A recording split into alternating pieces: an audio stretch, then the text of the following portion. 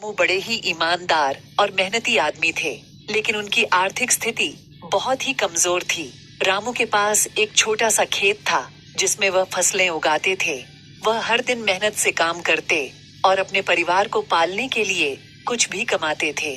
वे अपने गरीबी के बावजूद खुश रहते थे और कभी भी बुराई नहीं करते थे। एक दिन एक अमीर व्यक्ति ने उनके खेत को खरीदने का प्रस्ताव दिया। यह व्यक्ति बड़ा धनवान था और रामू को बहुत ही अच्छी कीमत पर अपने खेत को बेचने के लिए प्रेरित किया।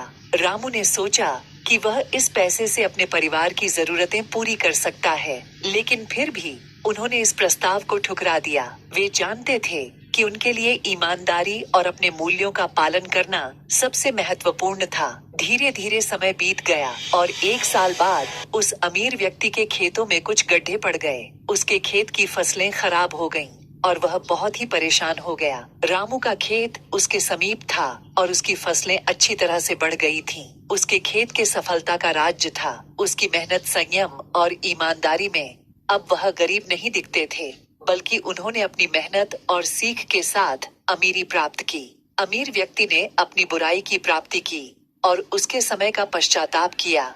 जब वह रामू के प्रस्ताव को ठुकराया था, वह अपने गरीब अछूत विचारों को समझ गया कि धन केवल एक दिन के लिए नहीं, बल्कि आपके नैतिकता और मूल्यों के साथ जीने में ही असली समृद्धि होती है। उसके बाद रामू ने अपनी सफलता का उपयोग समाज के लिए भी किया। वह गरीबों की मदद करने के लिए अपने संपादन का एक हिस्सा देने लगे और एक सामाजिक संगठन की स्थापना की, जिसका मुख्य उद्देश्य गरीबों की आर्थिक मदद करना था। रामू की यह अच्छी क्रियाएं समाज में प्रशंसा प्राप्त करने लगीं और उन्हें समाज सेवक के रूप में जाना गया। वे न केवल आर्थिक बल्कि मानसिक तौर पर भी समृद्ध हो गए थे। रामू की कहानी भी हमें यह सिखाती है कि आपकी मेहनत और संयम के बिना कोई भी सफलता दुरुस्त नहीं हो सकती है।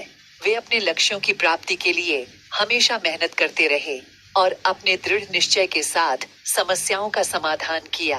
इस कहानी से हमें यह भी सीखने को मिलता है कि समृद्धि केवल धन के साथ ही नहीं होती है, बल्कि आपके साथ ही परिवार और समाज के साथ अच्छे संबंधों के साथ होती है। रामू की गरीबी की कहानी हमें यह दिखाती है कि किसी की समृद्धि का माप उनके साथीता और आत्मसमर्पण से नहीं, बल्कि उनके नैतिक मूल्यों, सेवा और मेहनत से किया जाता है। यह कहानी हमें आदर्श दिखाती है कि हमें अपने लक्ष्यों की प्राप्ति के लिए मेहनती रूप से काम करते रहना चाहिए और साथ ही दूसरों की मदद करने में भी अच्छाई बढ़ानी चाहिए। रामू की इस गरीब आदमी की कहानी हमें यह बताती है कि अगर हम ईमानदारी से काम करते हैं और अपने मूल्यों के पक्ष में खड़े रहते हैं, तो हम चाहे जितनी भी गरीब क्यों न हो, हम समृद्धि और सफलता प्राप्त कर सकते हैं।